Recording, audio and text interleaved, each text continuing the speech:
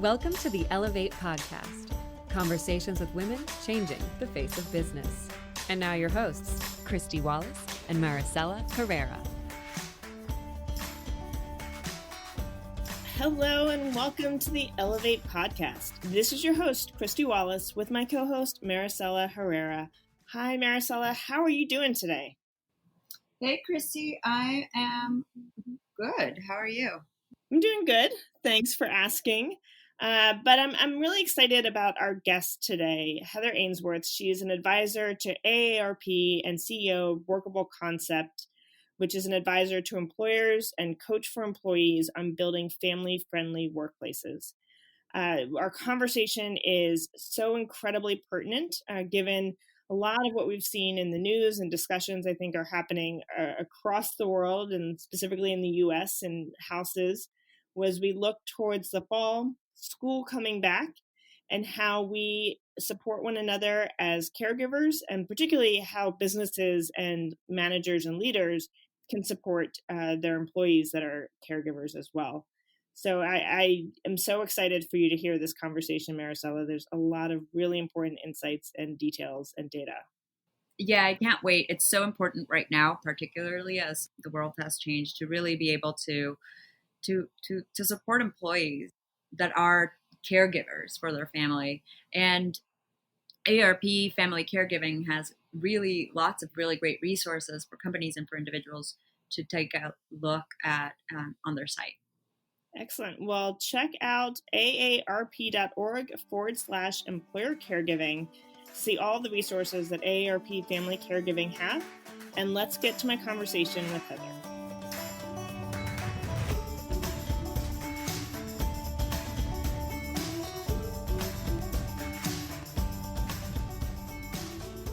Heather, thank you so much for joining us today on the Ellevate podcast. It is a great honor to have you here. I cannot wait to dive into this conversation, but we are going to get started with a little bit about you. Would you mind sharing a bit about who you are and how you got to where you are today?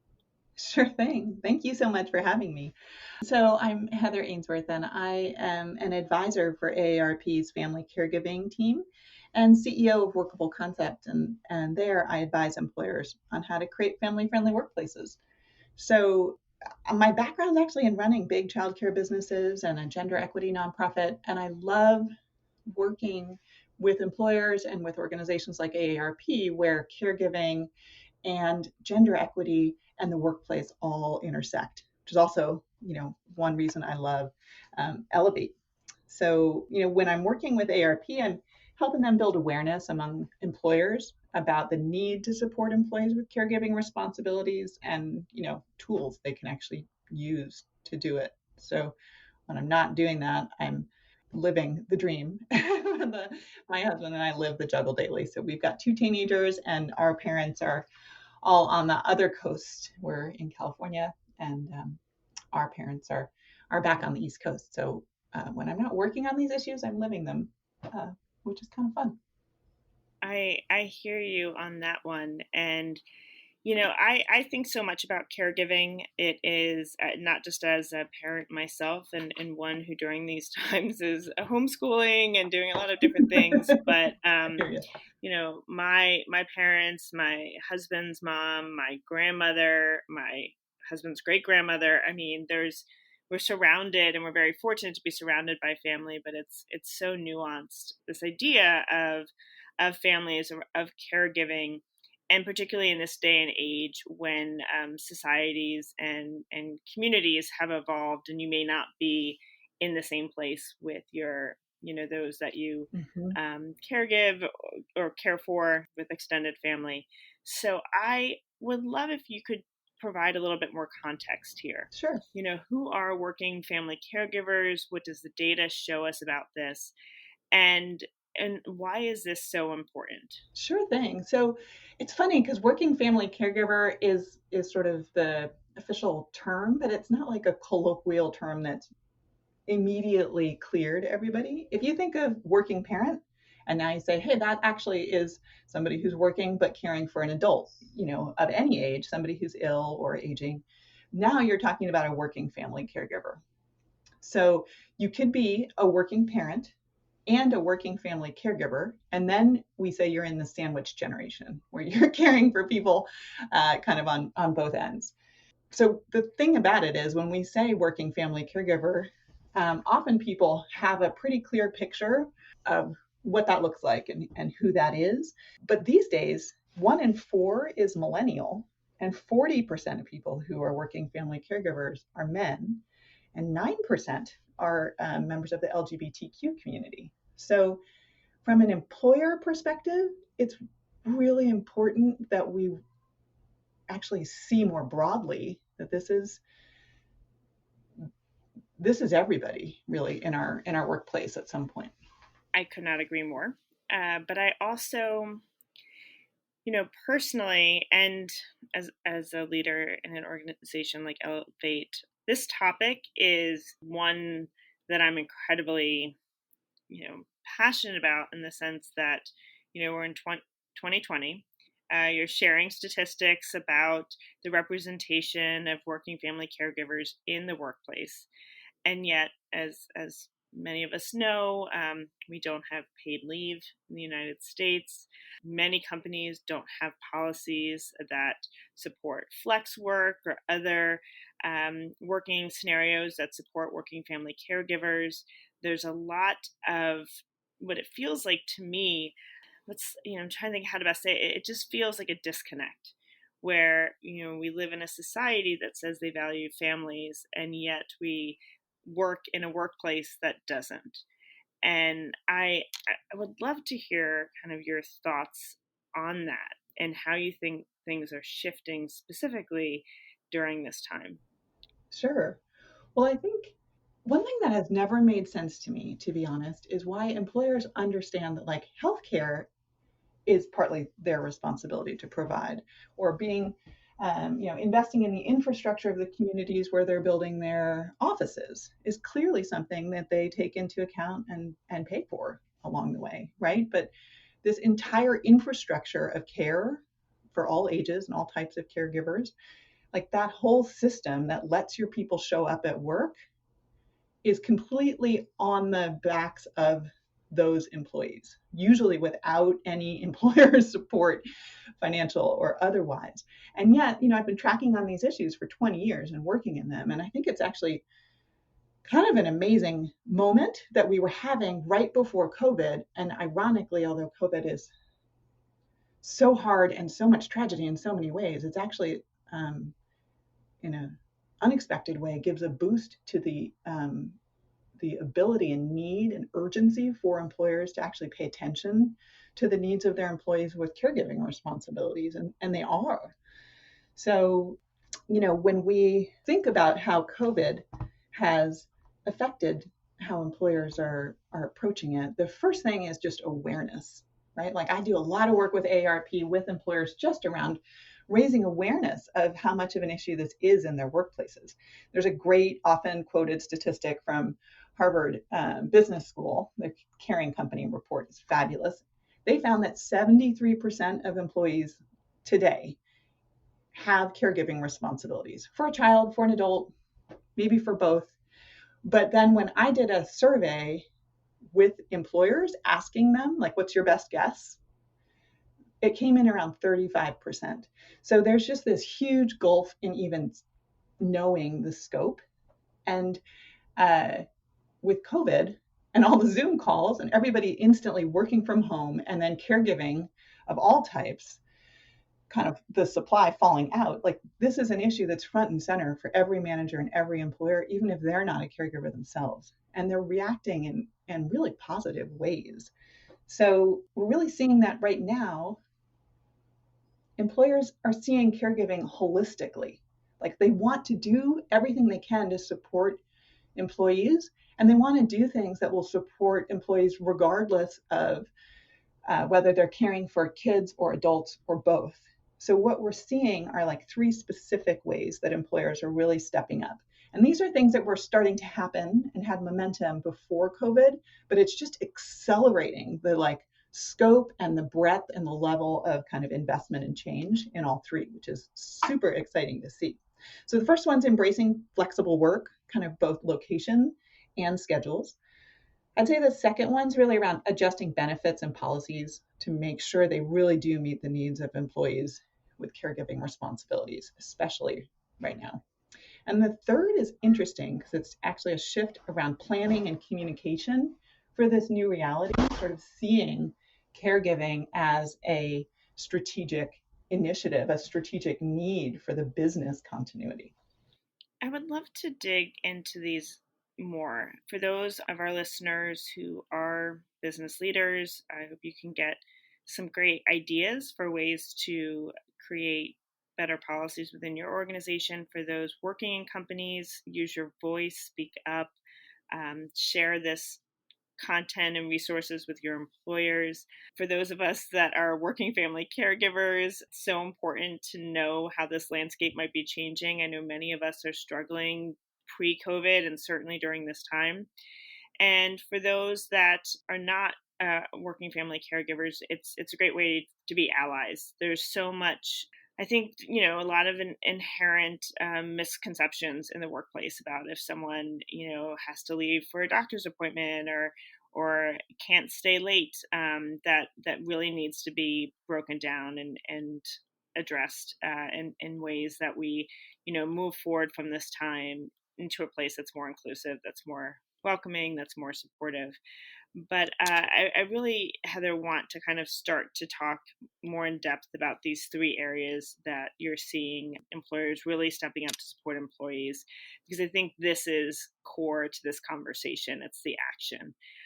You first talked about embracing flexible work. What trends are you seeing? And is this a flash in the pan, or do you think that this is going to become our new reality post-COVID? There's like op-eds on all sides of this one.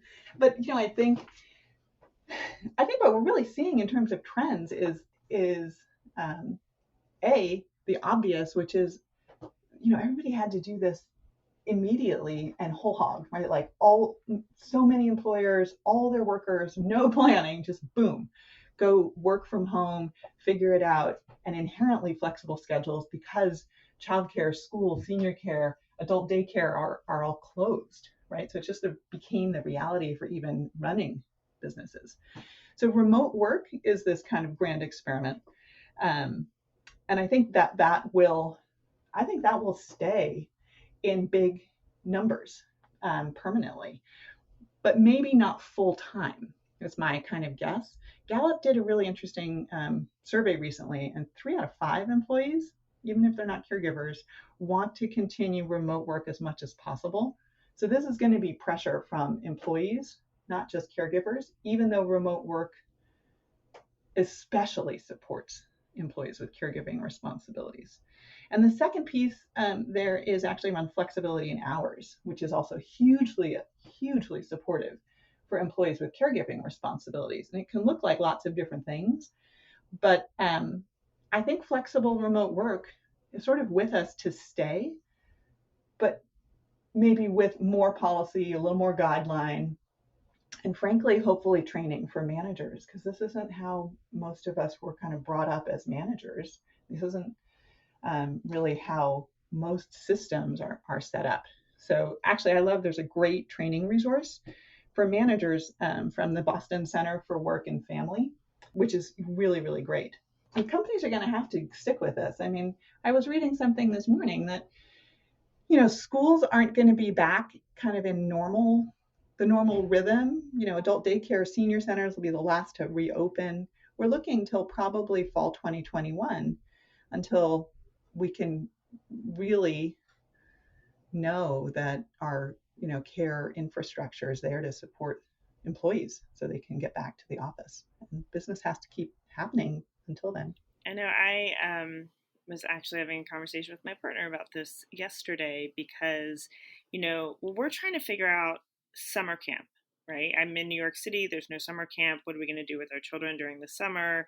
We're working. We're both making decisions about our businesses and when we go back into the office. But I was on 2 school calls this week saying that they didn't know if, schools would be in person in September. And so there's so many variables right now, and a lot of, uncertainty, and it's hard for caregivers to think long term when there's so many unknowns. And certainly, I would imagine having an employer that recognizes and understands that and is embracing it and supporting you as a caregiver is going to go a long way with their workforce. It goes a huge way. And also, part of this, I mentioned three things. One was around flexible work, benefits and policies, but planning.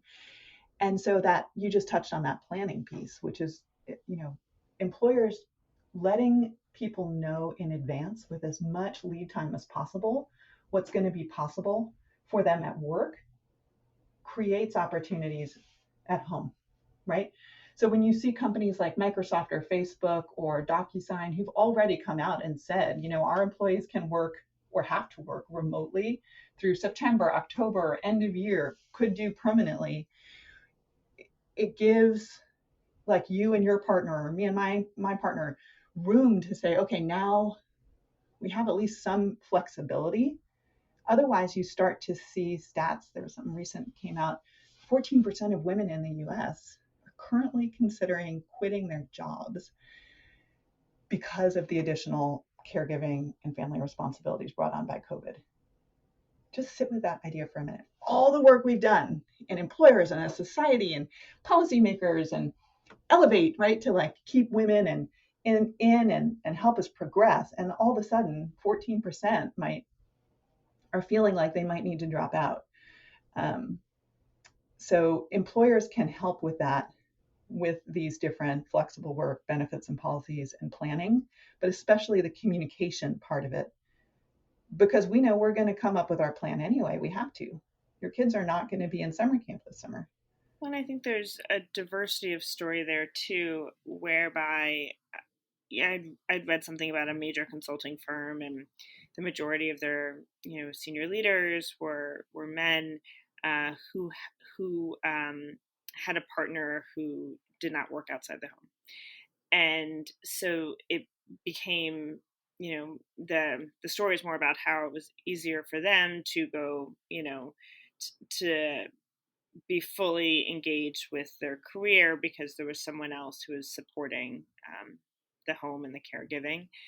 And so families are complex, and that's a big part of why this conversation matters. It's not just, as you mentioned, a working parent, but there's many nuances here. And so having, to your point, diverse leaders who share diverse stories, and all of our scenarios are different. Even if maybe your partner isn't working outside the home, well, during this time and in the future, you still have work to do. And how do we kind of break down some of those barriers and stereotypes around that division of labor? Because I think it goes to the point you made, 14% of women are thinking about leaving the workforce during this time, and it's due to this unequal balance of caregiving, and everyone has a role to play, I guess is what I'm getting at. They do. And the thing is, when you say you have some senior leaders, diverse, across genders, across types of roles, and all different employee populations, just kind of finding ways that feel natural to be a little bit more open, to crack the door open into their own experience as an employee with caregiving responsibilities. Now you've cracked the door open as well to the conversation in that annual planning meeting, which is about to start, or that benefit selection meeting, which is going to happen among like HR benefits professionals in kind of probably August to October range, where you're saying, oh, if 14% of women nationally may be considering quitting, or 73% of our employees actually probably have caregiving responsibilities, and we know that the care infrastructure has kind of currently fallen apart, hopefully it will come back together, you actually say, okay, now this is a strategic risk that we see and we manage as a business. This is not something that we're going to like forward that email over to the HR department and they'll handle it. This is core to us building our business, our culture, our financial performance. We're going to build it into our annual planning and reforecasting process. if you have 73% of your employees who can't work at full productivity for an extended period of time, you better put that in your annual planning process.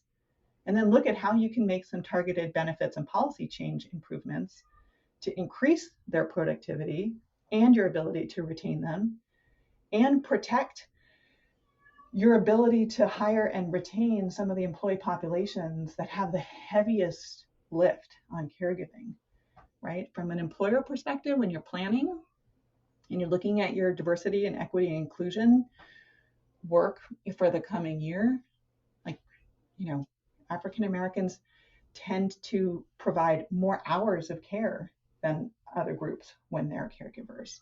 They also spend way more of their annual salary on caregiving related expenses than white employees do. So there's all these intricacies to how caregiving is woven into the goals businesses and employers already have. And we're at this moment where employers are starting to see it and take action and build it in and put money behind it, which is super exciting. Are there other benefits and policies that have really stood out to you that are working or that we should be doing that we're not? Yeah, I'd say actually, in general, asking your employer, or if you're in a leadership role, to sort of drive the conversation, like work with your ERGs or your employee groups that you have to get real feedback on whether your benefits and policies could be adjusted to provide the support that your employees with caregiving responsibilities need for the coming year. So listen, like your employees will tell you if you can create an environment that's safe or anonymous. They'll tell you what they need, which is not always really expensive to implement, but can be really, really valuable. So I would say leaning into your ERG group or affinity group type thing is a great tactic that opens up the conversation to what else you need to do and gives you an opportunity to listen and be responsive to your employees, which builds morale and engagement across the whole organization. I love that. I want to amplify that, listening to your employees. We mentioned earlier, kind of, is this a momentary shift, or is, due to COVID, or is this longer term? I know, a couple of months ago, the federal government did implement paid leave, paid family leave, which was a big moment. We also saw on the debate stages, and I'm not looking to necessarily politicize this, but we saw on the debate stages a number of recommendations, a number of policies, and a number of platforms around how we can address working families and working caregivers in the U.S. So there's a building conversation around this. We've heard it from employees. We're seeing some employers doing some great things. We're seeing it on the political stage. Where do you see this going? How do you think this is going to continue to evolve and continue to make progress in this area? I think that when I look forward, what I'm excited about is it's a unique moment where employers, they're really starting to get it. I mean, there was a great survey that came out just before sort of the shutdown in March, and it showed a vast majority of employers already think caregiving is a major strategic issue and priority for the next 5 years, and intend to continue to put better supports in place for caregivers. So you have that in a context where there's been an ongoing vibrant conversation nationally, at the federal and state and local levels around leave and the needs of supporting working families, and quite a bit of bipartisan support. The details are always sort of up for debate, but there's the country and employers and employees and policymakers are all paying attention at the same time, which creates huge possibility for progress. Yeah, I think this is the time. This is the moment for this conversation, and I mean it's we're being honest, it's been the moment for this conversation for some time now, but we're starting to see the stars align, and I'm really energized about that. I do want to recognize AARP. I know that their family caregiving team has a lot of great resources around this, resources we at Ellevate have tapped into and really looked to for some guidance and support. And they've really been a leader in this discussion.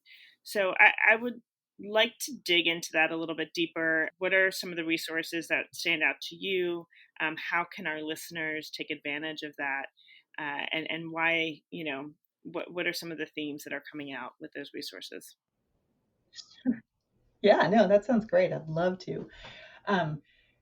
I have to say, I've been working with AARP for a few years around engaging employers and employees on caregiving issues. And it's so exciting to see how much the conversation has grown, how much AARP has been helping to drive awareness in the workplace around these issues, and then responded to what they've heard on the ground from employers and employees by creating tools that meet those needs. And one reason I love talking about these is they're all free.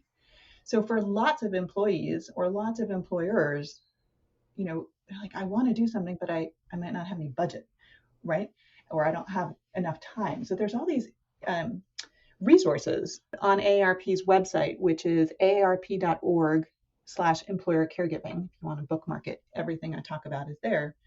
And there are, for individuals, lots of resources for people who are preparing to take on caregiving roles to walk you through what does that look like. We all go to childbirth classes, but nobody says, hey, here's this need to prepare to become a caregiver for your mom or your spouse, right, or your in-law. And so AARP actually has built all those, and they're free, and employers can actually provide those resources to their employees as a way to provide support for them. And it's a very low lift for employers and really makes those working family caregivers feel seen, often in the same way that working parents are clearly recognized. But many employers don't really think to say, hey, how do we help you prepare for this other caregiving role that you may be taking on? Then for employers, there are some really great, very data-rich resources about how to self-assess your organization for what you're already doing to support working family caregivers, how to build on that and improve. And a couple of my favorites, just to highlight, if people go to that aarp.org employer caregiving website, there's a practical guide for employers. It's really robust tool. It's got interactive self-assessments and case studies, data to influence your CFO type not on board person, and then action plans you can customize. So that one's one of my favorites.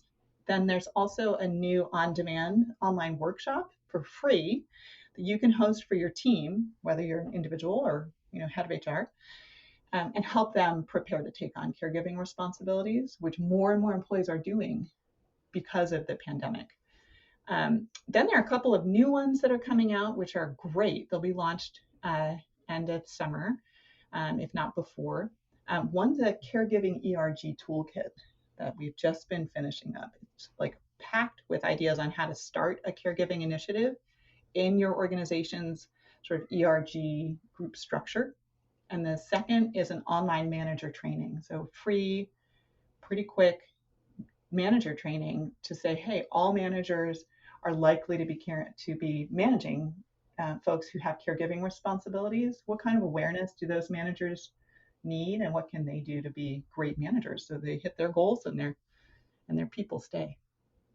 So there's tons of stuff AARP has, and the easiest thing is just to bookmark that website because everything is there.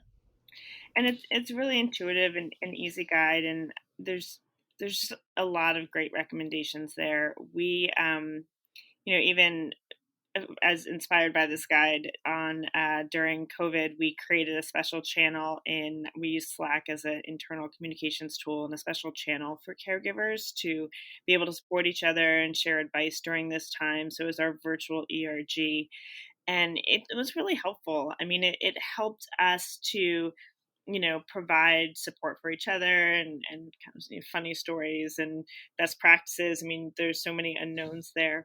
So as a next step, our listeners should talk to their employer, take action, support an ERG group. Like you said, speak up.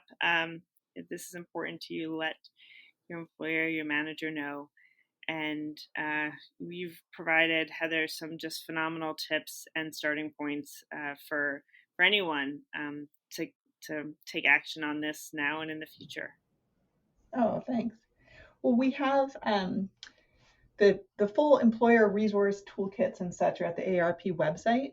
But if anybody who's listening kind of wants a little bit of a touch base to strategize, like, how to email their supervisor or HR leader to start the conversation, or how do I sort of suggest to the person leading annual planning that this is a strategic issue, or, our benefit selection process about to begin. I'm happy for people to reach out to me and just tell me their scenarios, and we can brainstorm how they can move into action using some of those resources from AARP. So if they want to, I'm at Heather, Heather, at workableconcept.com. And if anybody's interested in making sure to get an early heads up about when that caregiving ERG toolkit and the online manager training for managers of caregivers are coming out from AARP, email me. I'll make sure I let you know when those resources launch. Excellent. Heather, thank you so much for joining us today on the Ellevate podcast. It was really wonderful to connect. I am inspired to take action, and I hope that our listeners are as well. Thanks so much. It's such a great community. I love every touch point I've had with Ellevate is inspiring, and this conversation has been as well. Thank you so much. Thanks, Heather. Thanks so much for listening to Ellevate. If you like what you hear, help a girl out. Subscribe to the Ellevate podcast on iTunes. Give us 5 stars and share your review. Also, don't forget to follow us on Twitter at EllevateNTWK, that's Ellevate Network, and become a member. You can learn all about membership and all the great things that Ellevate Network is doing at our website, www.ellevatenetwork.com. That's ELLEVATE network.com. And special thanks to our producer, Catherine Heller. She rocks. And to our voiceover artist, Rachel Griesinger. Thanks so much, and join us next week.